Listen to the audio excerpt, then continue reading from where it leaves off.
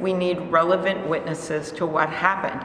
And yesterday, the House managers made an incredibly compelling case about the fact that these career diplomats, career military people came forward and said, over and over and over, set the alarm bells off. Something is seriously wrong here.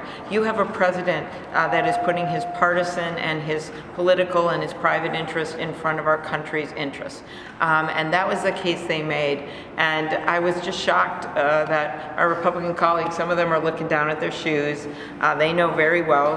I have been with them on trips to places like Ukraine. In fact, with Senator McCain, and we stood on the front line with those Ukrainians who have lost so much standing up for their democracy.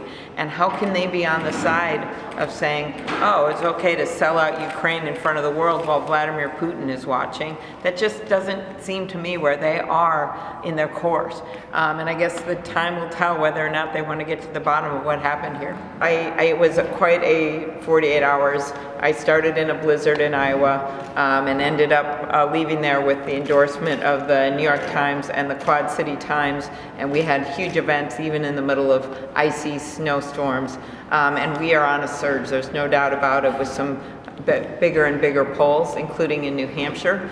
More and more endorsements. I now have more state legislators and former state legislators than anyone in Iowa that's running for president.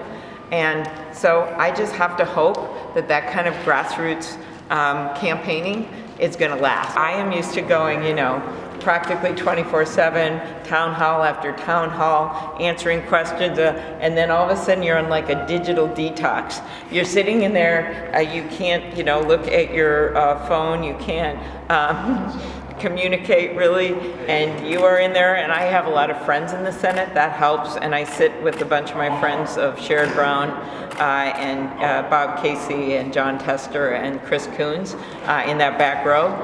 We've sat together for a long time, but it's a moment of reflection about why I'm doing this and what our democracy is all about.